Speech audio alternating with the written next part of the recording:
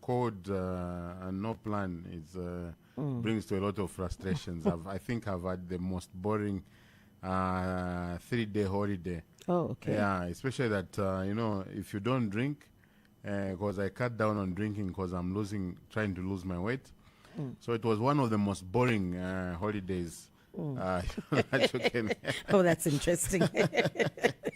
All right. Well, we'll be opening up the phone lines top of the hour at 10. So if you would love to make any contribution, you can call in at that time. Otherwise, for those that are watching on our Facebook page, that is the Hot FM Zambia Facebook page, you can start throwing in your questions or contributions now. So our guest is economist Dr. Lubinda Haabazoka. Let's get into it, Doc. Ministers of Finance are gathering in Ivory Coast for the elective African Development Bank Group annual meetings, which commenced yesterday, Monday, 26th May 2025, and end on Friday, the 30th of May 2025. And this is to elect the new Africa Development Bank president, where as Zambia, we have a candidate, Dr. Samuel Maimbo. What are the chances of Zambia's candidate being elected to this very big position? This is a very important moment right now, so I think it's only best that we start with this.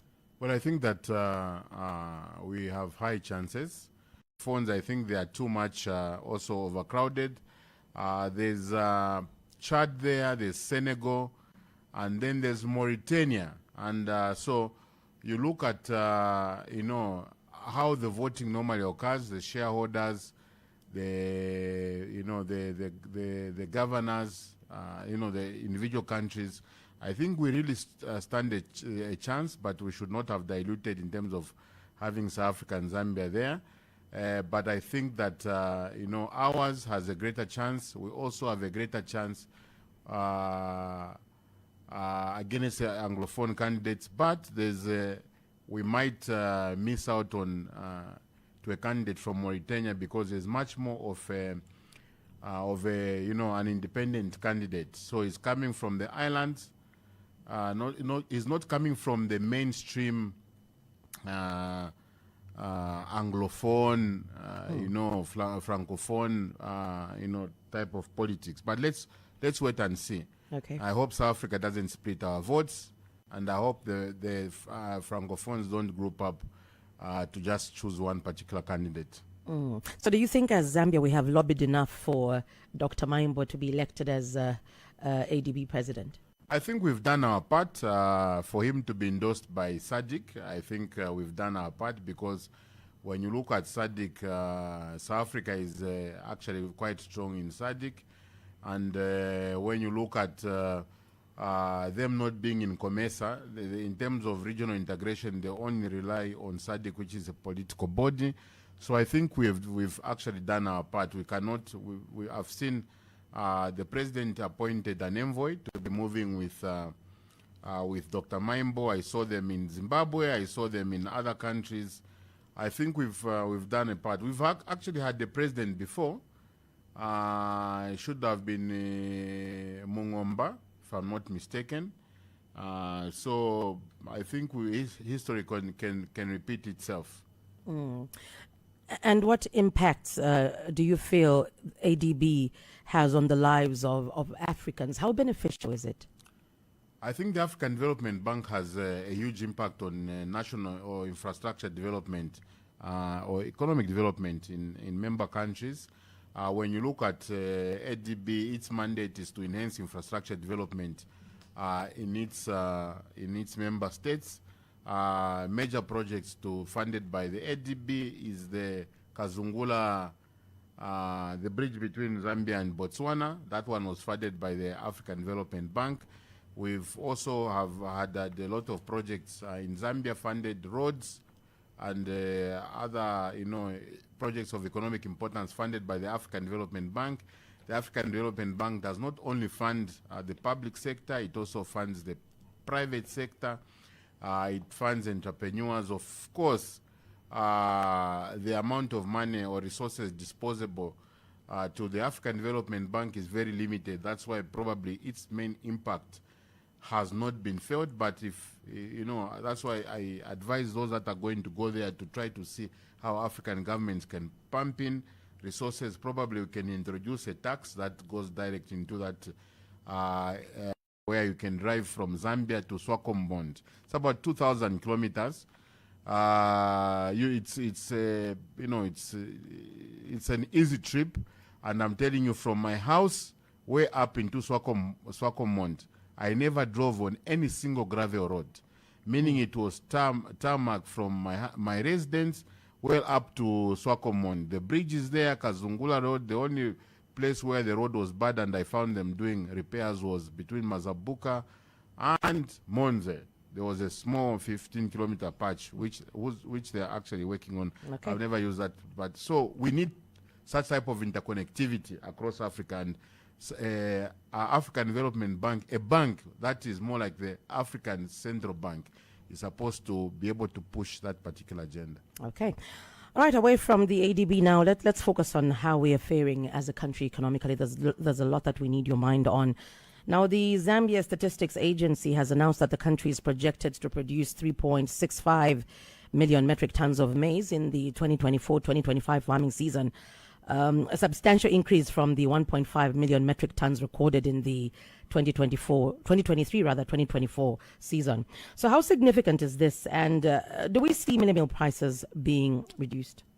Well, I think that this is a very significant occurrence, and I've seen quite a number of people talk about it, and I think I've done a statement, and some other people are disputing it. You know, this is a political year. 1 year before the elections, you hear a lot of arguments, but from an economic perspective, this is a huge, it's a huge win for Zambia, and let's commend the farmers and government. We are very resilient and did not give up on this particular industry. You know, the losses that we experienced last year due to the drought in terms of maize growth was very bad. And, had we not imported the staple food, I think there was going to be a lot of hunger in Zambia. I think we mitigated the drought very well, food-wise.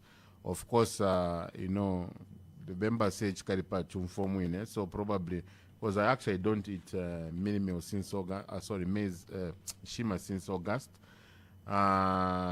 So maybe probably other people might have, but I've basically literally seen that we mitigated the drought very well, and this, I think, the main shortages pushed the farmers to grow more maize, and they had an option whether to proceed to grow maize or just watch and see if the rains were going to be there. But thank heavens, farmers were resilient. Government also pumped in the inputs, and we saw this particular bumper harvest.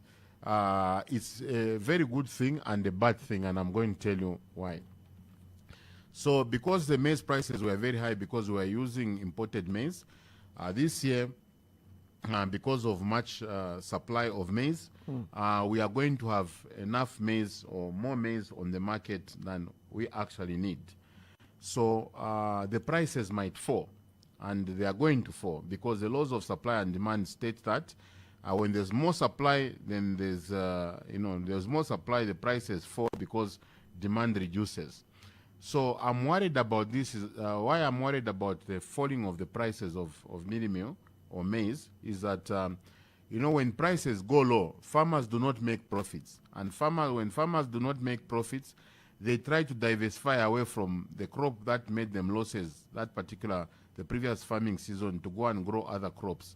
So I hope that, yes, people need to be able to consume the mini meal at affordable prices, but we should not also forget about the farmer that has to make profits, and the farmer can make profits only when they sell to FRA mini meal at affordable price, at prices they're going to make profits. So as citizens, let's not be selfish.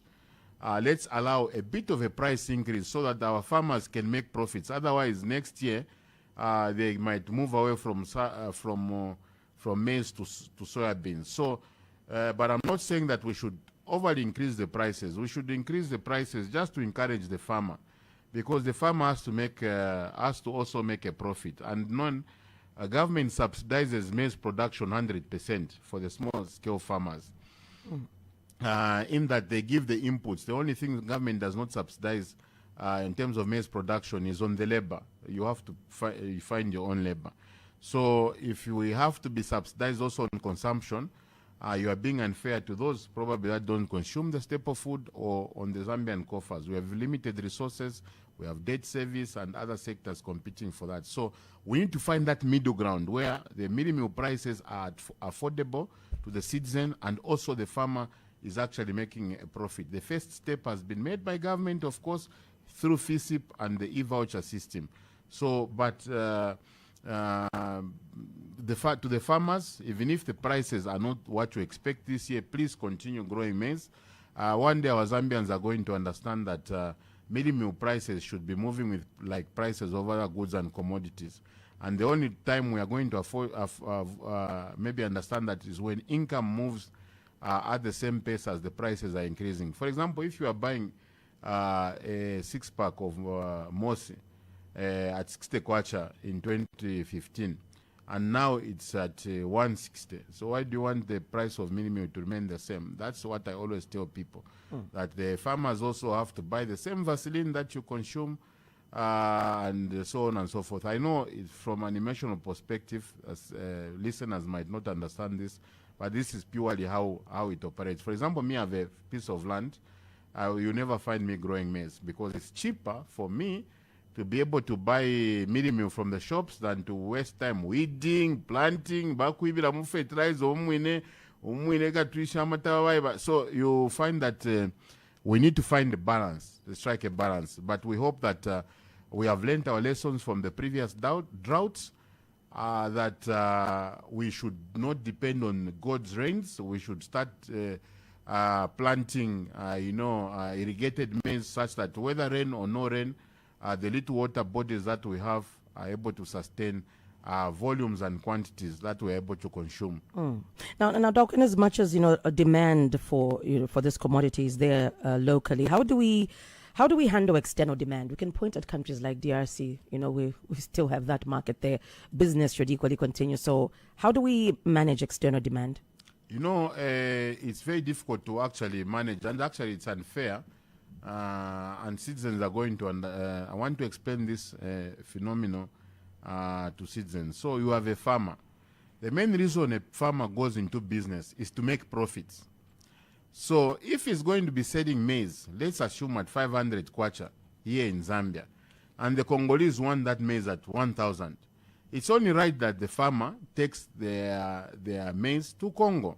But the reason why government moves in and bans the export of maize is because they have a share in the cost of producing that maize. They give FISIP.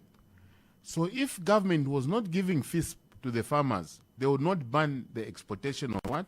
Of maize, because tobacco touch, meaning they don't help you produce that maize. But government is legitimate enough to be able to ban the export of maize because they subsidize that. In 2014, I was in Congo, or is it 2013 or 2012? I was in Congo when President Michael Sata had just banned the exportation of maize to Congo and minimum.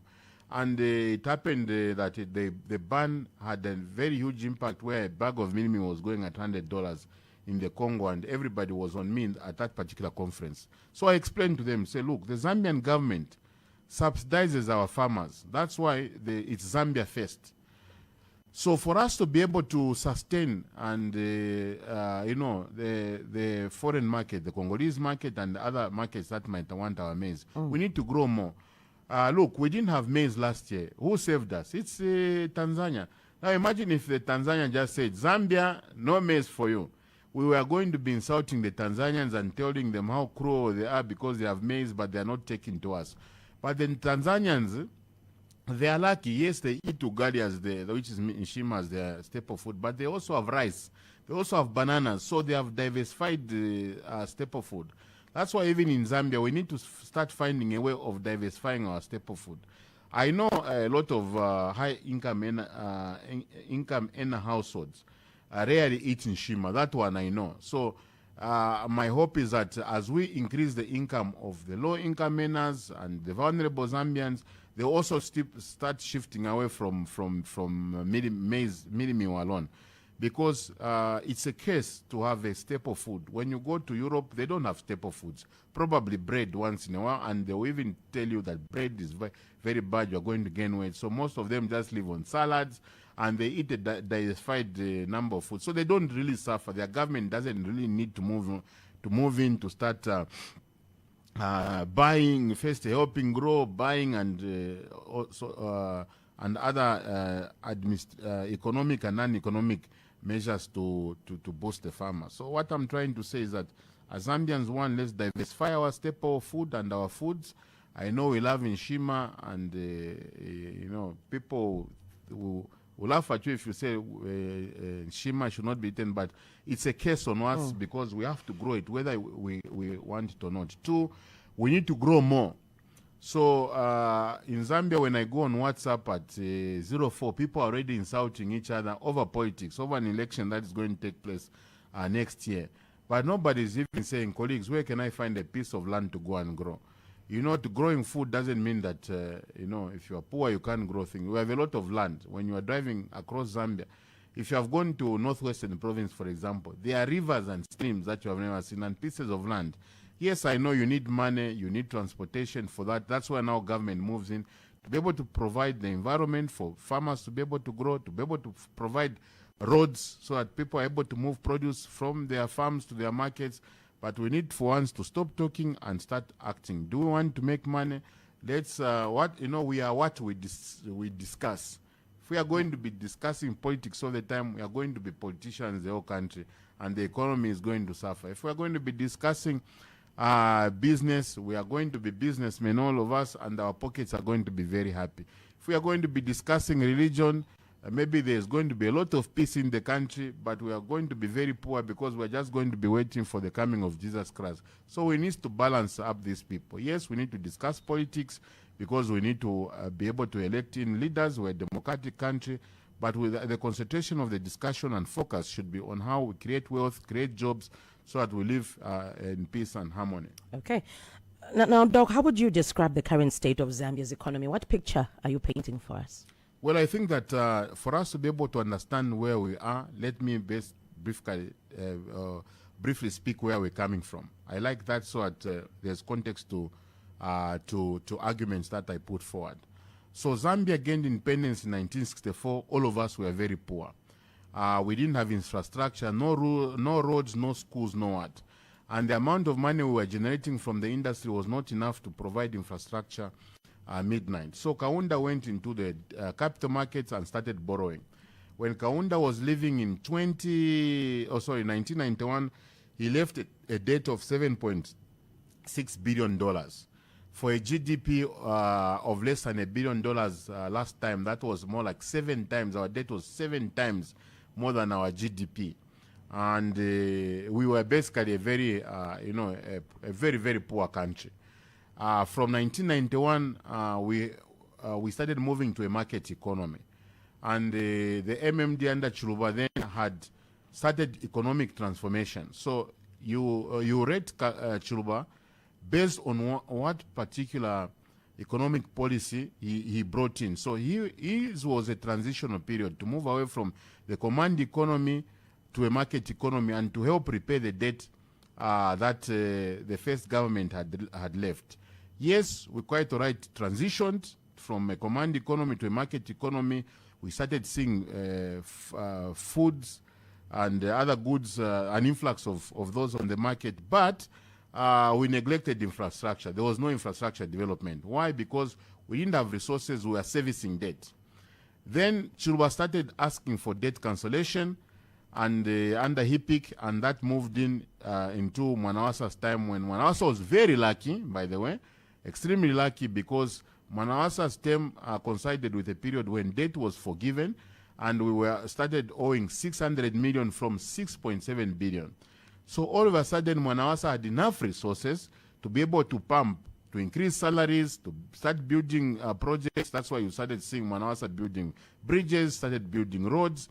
Mwanawasa started doing some form of infrastructure development, improving the working conditions, salaries for civil servants, working conditions, and the government we moved away from a cash budget to a budget where you actually make a budget and you implement for specific sectors. Mwanawasa, unfortunately, passed away. RB came in. RB saw that we had enough leg room, and the RB started borrowing. They started planning the issuance of the Eurobond.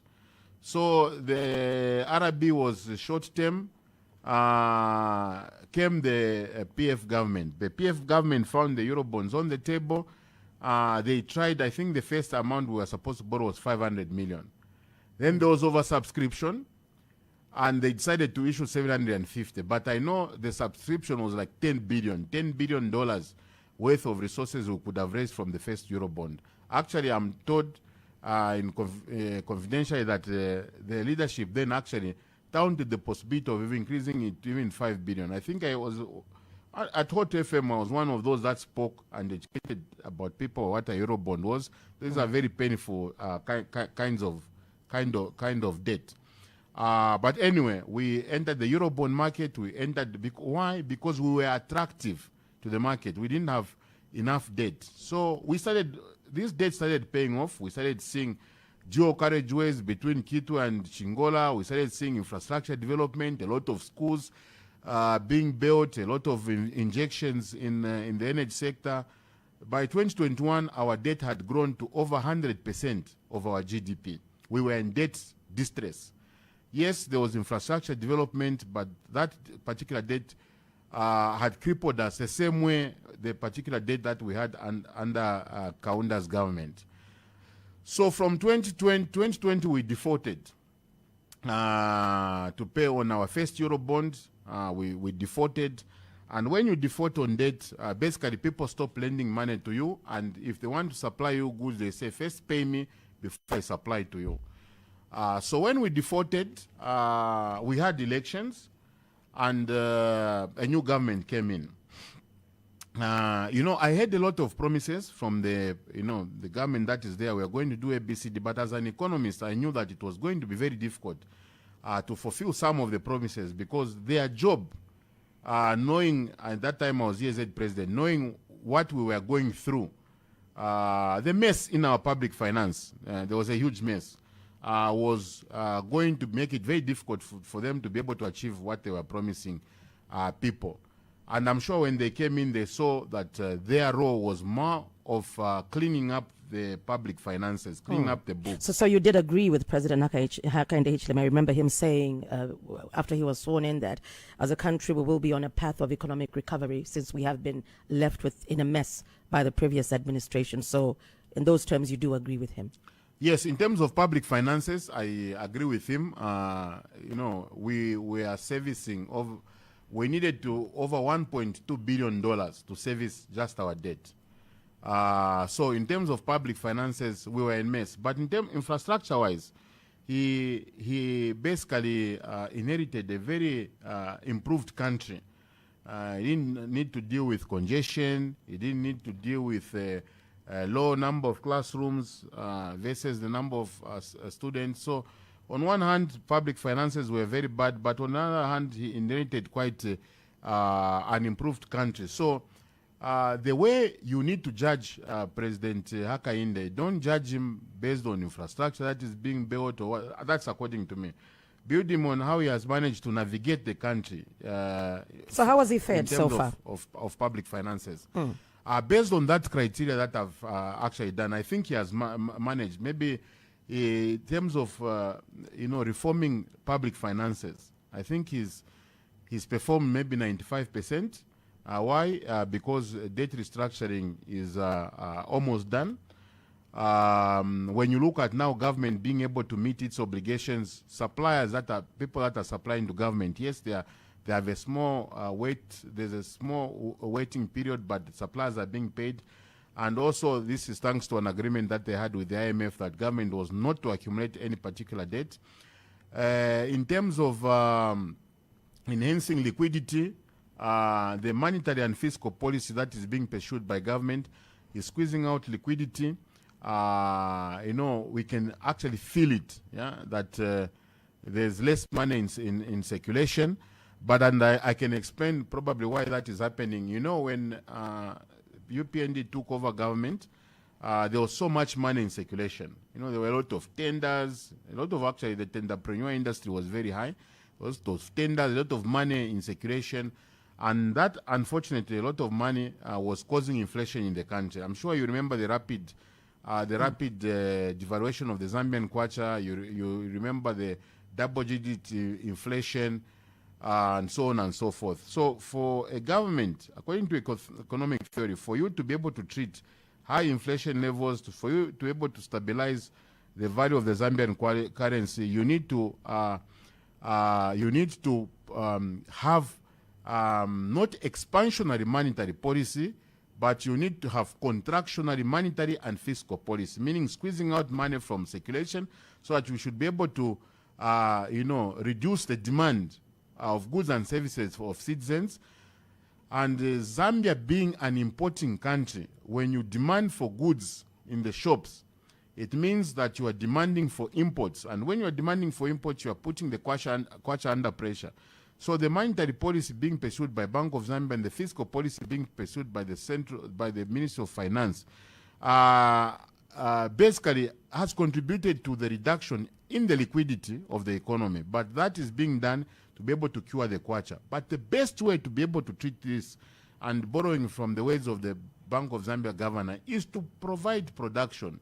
If you produce maize and you're exporting to Congo, you can demand imports however you want, because for whatever you want to import as a country, you have exports to back that in terms of forex. Dollars are not made in Zambia. Dollars are actually gotten into Zambia from exports. So if we are not going to be exporting as a country, our kwacha will never be strong. So regardless of whoever probably won elections, if I just want to tilt a bit into politics but not actually speaking politics, so whoever would have won the elections, one, they were going to get an IMF package, because I think that was the safest landing to help with the fiscal, cleaning up public finances. Two, the Zambian kwacha was still going to lose value because from the government had overborrowed, the economy had overheated, it needed to be cooled down. The question is by how much probably would have the kwacha worsened, by how much would have inflation worsened. But you have seen that the kwacha, I think, has found its vibe around 27, 28, somewhere there. Probably the country is going to get used to that. So what we just now need to is to increase the earnings of citizens so that in dollar terms their incomes are comfortable. You're able to fly to South Africa, you're able to buy food and services based on the exchange rate of 28 kwacha per dollar. I think that's what we need to start doing now. So on a scale of 1 to 10, how would you rate them, the economic performance? I don't want to I don't want to receive it's a political period, so people are overly political heated, and when you write something about government, bad about government, people will tell you PF Gada. When you write something that favors the country, we can say politics aside. Yeah, so politics aside, in terms of stabilizing the country, I think I can give them an 8.9. Okay. Yeah, we could have done much better. I have an alternative. I don't agree with the methods that they used. I have an alternative to all those things, and time willing, I can tell you what we could have done. And this is what also told the previous government. I have an alternative to the IMF package, an alternative to we actually need to get to the IMF packages or the extended credit facility. There's a lot of talk around that. So now 8.5 is a good rating, Dr. Haabazoka. And so, I mean, for most, when they hear that, they will want to question the trickle-down effect. If you're going in order, the public finances. Okay. In terms of industry, the Zambian economy started going through, bad times from 2015, somewhere there. And this had nothing to do with the president who was there, but it had everything to do with the weather patterns. You remember the droughts that we started having? I think the first 12-hour droughts that we had were in 2015, somewhere there. And when you deny energy from business and households, you push their cost of doing business and you slow down their growth. So from that particular period, we should have started diversifying into alternative sources of energy. Anyway, We can't cry over spilled milk. 2020, we also experienced, I think, 2019 or 2017. When did I move to Lusaka? 2017, we had very poor rainfalls in Zambia that particular year. I remember very well because I just moved to Lusaka and I was questioning why there is no rain in Lusaka. That also started contributing. So these things pile up slowly. And by that particular time when I was saying our economy is not growing because, we need to diversify our energy and what, people were calling me a PF cadre, yeah? And these are the same things that I'm saying now because it's the same factors that are not helping us to grow our economy. So we need to find solutions to that so that things can start moving. So when you look at them, Zambia's economy, it was, even coupled with COVID, it was at negative growth in 2020. I think in 2019, our GDP was something like close to 26 billion. Then 2020, end of 2020, it went back to something like 19 or 18 billion. That was a very huge fall in terms of GDP growth. Then the following year, it jumped. We saw an increase in GDP. But the listeners, now we are on a right trajectory because we have moved away from the 3% of last year to a projected 6%. Now, for a person that is listening the radio now, you will say, but we are not seeing the growth that you are talking about. You can't see it because for us to be able to feel or see this economic growth, you have to grow maybe at 20%, looking at the rate at which our population is growing and the rate at which our economy is growing. In 2011, Zambians were 12 million people. In 2020, we were 20 million. And my focus is that by 2030, we are going to be 30 million. But how many new mines have come on board? How many new factories have come on board? None. So the 5%, 8%, they are not enough. We need to be able to steadily grow at 10% for us to be able to grow the economy to a level whereby it's generating enough revenue and supporting or creating enough jobs to be able to support the many people that are leaving school. But you need to start from somewhere. Yeah, you need to start from somewhere. For example, I'll give you an example of ZESCO. When we defaulted on our debt, it meant we could not go and borrow money to be able to give ZESCO to build new electrical generation capacity. And the money was not there in the budget because the economy was contracting, because for government to have money, they need to tax industry. And industry is doing bad. Now, because you have defaulted, you can't borrow money or you can't raise money from somewhere else. So we needed to restructure our debt. But now we are in good books with the lenders so that we can go and borrow money to generate, to be able to borrow so that we can invest in solar and other things for ZESCO. That's why when this government came in, I think they found that hard, and they started going to PPPs.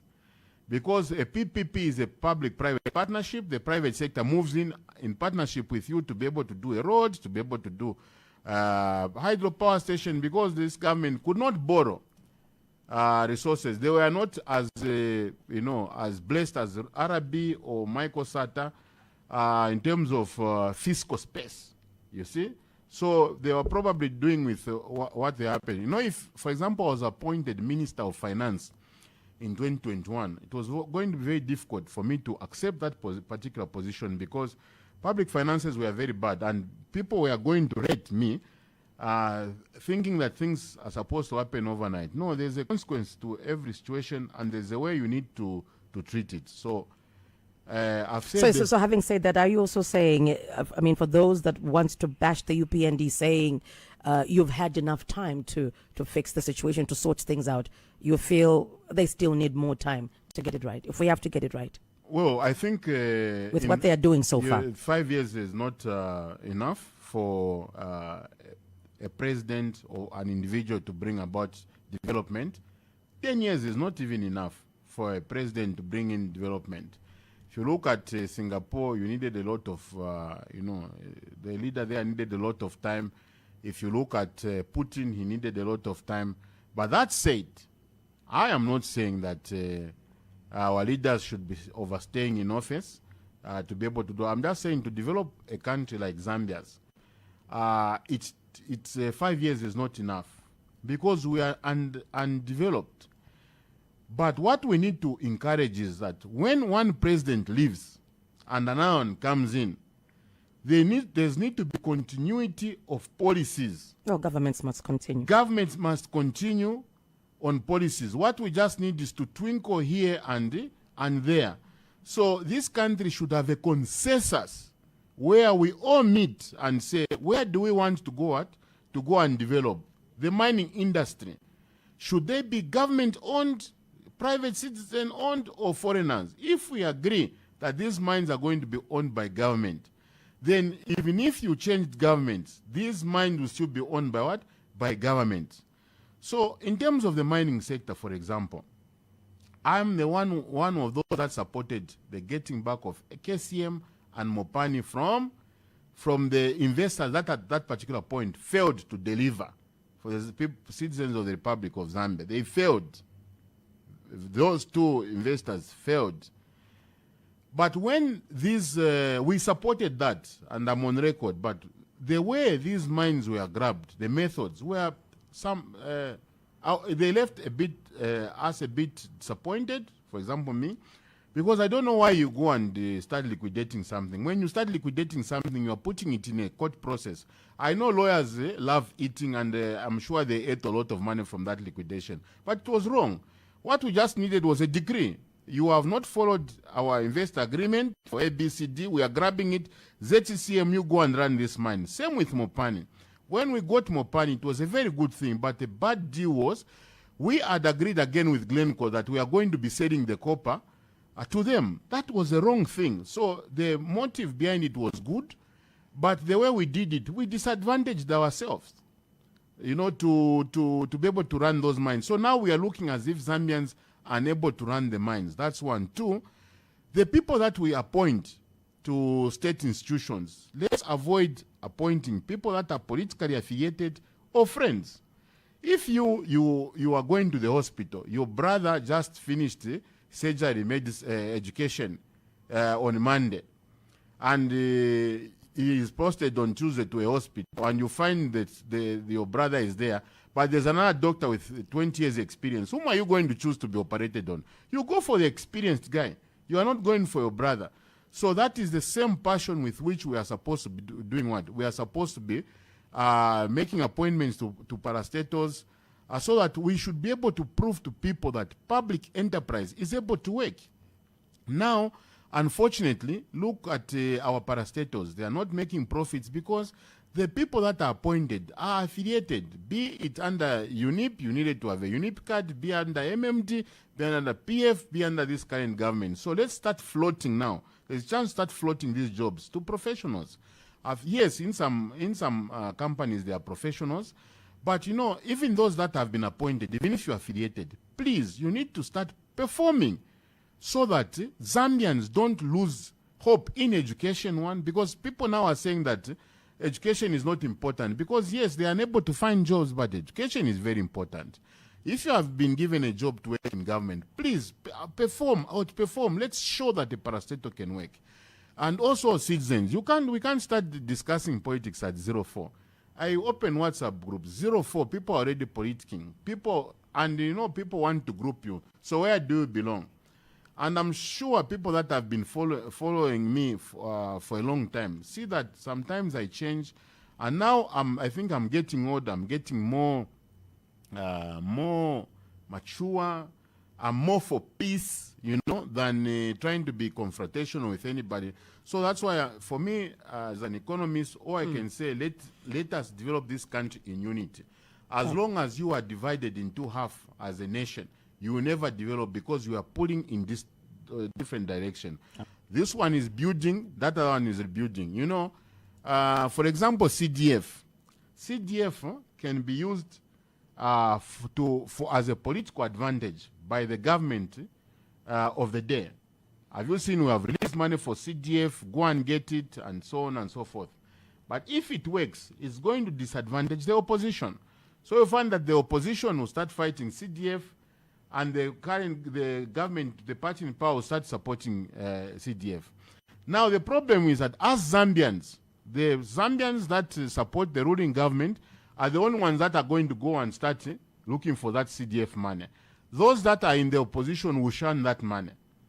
So it's going to, it's even in our political divisions, the way it moves into the way we also behave in our livelihood. So you only see that these 10 years, for example, there's this particular party, only this section of people will develop. The next 10 years, you change the government, only this group of people develop. We need to find a way of where everybody is going to develop. When you go on the road doesn't ask you which tribe are you, which political party are you. The road accepts any vehicle so long as it has road tax. So colleagues, let's pay road tax and let's live in one Zambia, one nation. All right, let's now get to the IMF Extended Credit Facility, which is set to conclude in October this year. How would you assess Zambia's performance under this program? In terms of the IMF package? Yes. I think that the IMF package can be assessed based on the pronouncements the IMF has made itself. So when we have had four reviews so far, and they have okayed all the reviews and they have released money, then it means that government has been compliant with the regulation, with the agreements made in the IMF package. And I'll So do you believe we should seek an extension on a new arrangement with the IMF? No, once this one passes, we need to stop, and I'll explain to you why. Yeah, maybe do so. So under the IMF package, if you have, you can go and Google. Sometimes I've supported it, sometimes I've not supported it. If we have had the reckless public expenditure and all those, I've supported IMF packages because the IMF has the way of bringing you back into sync with financial prudence. But the problem with the IMF is that whatever they do, they squeeze the citizens, that it never trickles down into the what? To the citizens. Of course, they will help you at high level to clean up your books. So in terms of government defaulting in 2020, the only way we needed to go back to books with major lenders in the world was to get an IMF package. And that's why the IMF actually are the ones that even advised and supported Zambia defaulting so that we can go to the G20 framework and start renegotiating debt restructuring. So that happened. And other countries have failed to follow through. I think I've heard where, is it in President Chakwera in Malawi has just said, no, we are not going to follow the IMF because of an elections coming. There are certain expenditures that are going. So the resilience of the current government to be able to adhere to IMF conditions is this same election period. Are they going to remain like that or not? And it actually disadvantages them. I'll give you an example of ZESCO. You know, under the new, under the IMF package, government is supposed to control borrowing. You have to control borrowing. If you don't control borrowing, the IMF pulls out from the pulls out. They don't give you money, and if the IMF pulls out once you are with them, you get a very bad publicity in the international capital markets, and you hardly can be able to borrow money. And if you borrowed, you are going to borrow at very high interest rates. So according to this condition, don't borrow. So a company like ZESCO, for example, cannot go, you know, there's load shedding now, and I want to explain. A company like ZESCO cannot go and borrow money on the capital markets to be able to build Batoka, for example. Why? Because there are limits to how much the government can borrow under the IMF package. But there is no power. You need to be able to grow. So you have these companies. The PF government in 2019 passed a law allowing various off-takers other than ZESCO. An off-taker is a company that can buy powers from independent power producers and sometimes sell it to other companies. So the PF government passed that law. The UPND government refined it in 2024. So now a company can come and guarantee ZESCO's debt, like we saw the 100 megawatts Chisamba solar power plant being done by ZESCO. That has been guaranteed by a private party. So that debt is not sitting on government books, it's sitting on the books of a private entity. This is a smart and clever way of doing business. Power trade, where a Zambian is able to form a company, they go and buy power, say, in Namibia, and come and say, or they buy power in South Africa, and come and sell to Lumwana mine, for example. By bringing that power, you are passing through ZESA power lines, you pay ZESA, you are passing through ZESCO, you pay ZESCO. If you are going to pass through CEC POS, you pass through CEC, you pay CEC wheeling fees, and you sell to them. This is the most modern way of doing business. But you know, the most unfortunate part is that we are not explaining the opportunities to citizens. Citizens are supposed to be explained to opportunities where they are able to make money. That's one. Two, we should be able to create. Zambians are not lazy. Some Zambians want to do business. Some don't want to do business, they want to work. So let those that are able to do business and that are willing to do business find access to funding. When they find access to funding and they start business, they will create employment for those that just want particular jobs. Also, business compliance, it should be made easy. ZRA should be more helpful than punishing. If an entrepreneur is unable to pay or remit something, don't just go and punish. Go and find out, why haven't you paid?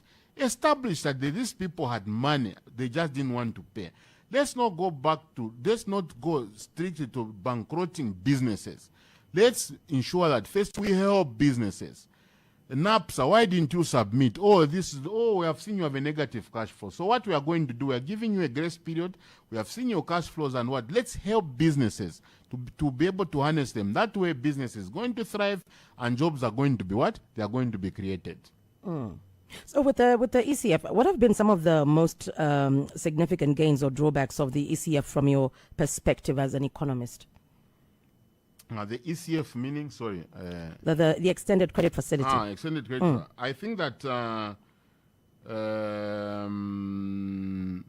when you look at the extended credit facility, I think it has helped stabilizing public finances. It has helped bring up financial prudency. Government is able to, to meet its obligations, but it has had also its negative aspects. It has, squeezed liquidity out of citizens. I think people have found it a bit difficult to be able to, to make ends meet. It's tough out there, and I'm not speaking as, try to, I'm not against anyone, but I'm just trying to tell you the truth that it's a bit difficult.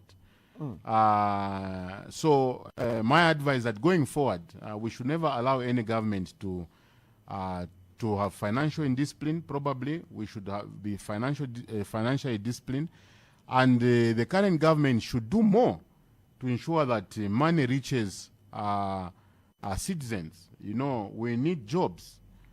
We need plans for that. We need, to be able to afford, the food basket. It's been very tough. I think I remember one of my relatives telling me that this has been tougher than HIPIC, and I can tell you that it's been really tough. So I hope that with the positive focus that we are currently getting, this is going to move forward, and debt sustainability has been achieved or is going to be achieved soon, and I hope that this is going to translate in tangible economic growth. That economic growth that you don't need an economist to calculate, you just feel it. On Friday where you are just feel it, guys, rounds are passing. We want that type of particular development. So the conditions are supposed to be created for that particular one. Okay. All right, we're about to get to the phone lines. If you have any question or contribution, we will be opening up the phone lines shortly. Our guest this morning is economist Dr. Lubinda Haabazoka. Now, before we get to the phone lines, Doc, let's spend a bit of time on the energy sector and what's happening. We know we cannot talk about, recovering economically as a country with all the struggles in the energy sector. Let's take a look at the economic cost of load shedding to Zambia's GDP and productivity in recent months. A number of sectors have been affected by the current power shortages, and we can't rule out the SME sector. How do we help out the SME sector with the current load shedding? So, I'm one of those that have been affected. I don't have power, in some of my businesses at home. Me, despite spending over 10 years in Russia, Zambia's or Lusaka's code is code. So if there's no power, you should not be near me when I'm casing ZESCO for that. For that reason, I want to buy a gas heater. I've just discovered them. I discovered them yesterday. So in terms of the energy sector and how we can help them, as Zambians, we like thinking short term. Zambia's energy sector does not have a quick fix. And that's what I was saying during MMD, during PF, and now during UPND. It's a long-term game. Why? Because capital injections in the energy sector, you need huge amounts of money. That's one. Two, our population is growing at a very fast rate. I'll move how we can help. I'll move to your question. So when you look at Zambia's installed capacity, I think when PF came, installed capacity was something like 1,200 megawatts. By the time PF was leaving, it was double, up to 3,000 megawatts. So PF had doubled energy production within 10 years. But don't you remember that we still experience load shedding? Meaning even the doubling of that energy production was not enough. Why? Because we were relying first on one source of energy power, that is hydro. So wherever you experience a drought, there was no power. So because we had droughts every 2-3 years drought, the amount of water in the reservoirs was depleting. Where you are actually seeing, when I go to Luansha, that's where I grew up too much. Some streams, I'm shocked. Where is this stream that was? They said, oh, this one dried 5 years ago. This one just dried last year. So a lot of streams have dried down and they are not pushing water into our reservoirs. So for us to be able to sort out this particular problem once and for all, we need to diversify our energy sources. There are short-term measures, long-term measures, medium-term and long-term. What is a short-term measure? First of all, the move done by ZESCO of installing gensets at the markets, that one was offside. You don't do that. Yeah, the first thing. What would have been the best solution? The best solution is to do power trade. Allow the private sector to move in. I don't believe in solar. Solar is the cheapest. Allow solar companies to come in. Yeah, let them install quickly. Let them start selling power. But don't put a burden on ZESCO. ZESCO should not be the company to carry the burden to be buying this power from anyone who has built an independent power plant. We can sell that power direct to a consumer, a large consumer. For example, a mine and a huge factory and so on and so forth. That's one. Two, we have coal in this country. Forget about the Greenpeace or whoever they call themselves. We can build 10 coal power plants, yeah, to be able to do thermal powered power stations. We are going to sort out our medium energy crisis. Short-term crisis using solar, because solar is quick to install and short-term.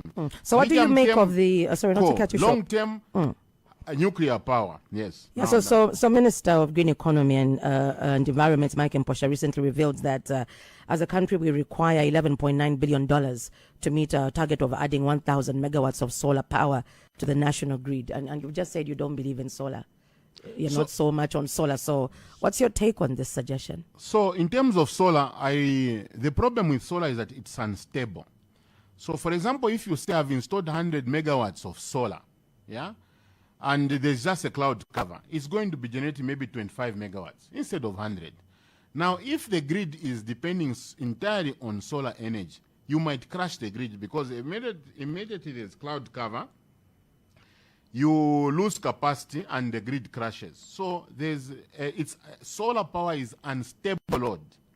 Then there's also stable load, also known as base load, which is hydro, coal, and nuclear power. So there's a ratio that you need to balance between solar so base load and solar power. So when you increase base load, you also increase the capacity to be able to join solar to the grid. People that are investing in solar, I'm not trying to discourage you. We need that. We need surplus power. Each country all the time needs surplus power. The more power surplus the power is, the less the energy costs are to the consumers. And you know solar is a very cheap source of energy. So that one can be a good energy mix to reduce the price of solar. But you can't put, for example, to our grid 5,000 megawatts of solar. You can't, because if, let's assume 5,000 megawatts is coming from solar, entirely on solar on the economy, then we are consuming 4,000 megawatts. Immediately the cloud cover comes, we fall from 5,000 to 2,000. You crash the grid because there's so much demand and there's less supply of that power because of just a cloud, simple cloud. So we need to be able to do it, to balance up. Maybe during the day you use solar and at night you use your base load, something like that. And there's also been talk of net metering. What do you make of that? Net metering can only work when the grid is live. If, for example, I don't have power now at home, even if I have power that is surplus, now the sun is actually out, so probably a solar system. By the way, I don't have solar at home. So if the solar system is producing more than I'm able to consume, I can still sell it because my grid is not live. Now, if the grid is going to be live, meaning ZESCO has provided power, so what's the use of net metering? Because for it to work, ZESCO has to supply you power. So of what instance is it? Of what use is it? If ZESCO is already supplying you power. So to be able to help our small enterprises, you can't help one person. It's more like in a family, you have 6 children. If they all have to eat, they have to eat the same portions or portions according to their body and their age. You can't choose. So yes, small businesses should be given priority, but there's a small business in Roma amidst other houses. There's a small business in the industry. There's a small business. So you can't pinpoint where not to load shed. So to be able to help small businesses, we just have to help the whole country. Okay, we will now get to the phone lines if you have any question or contribution. Our guest this morning is Dr. Lubinda Haabazoka. You can give us a call on 0974 870 Listening to the Hot Seat on Hot FM 87.7. It's time for you to call now and get involved. Call now and get involved. All right, taking in your calls right now, 0974 870 877. Hello, good morning. Yeah, good morning, Doc. Hello, good morning. You're through to the hot seat. Your name? Yeah, Chama. Good morning, Doc. Good morning, sir. Yeah.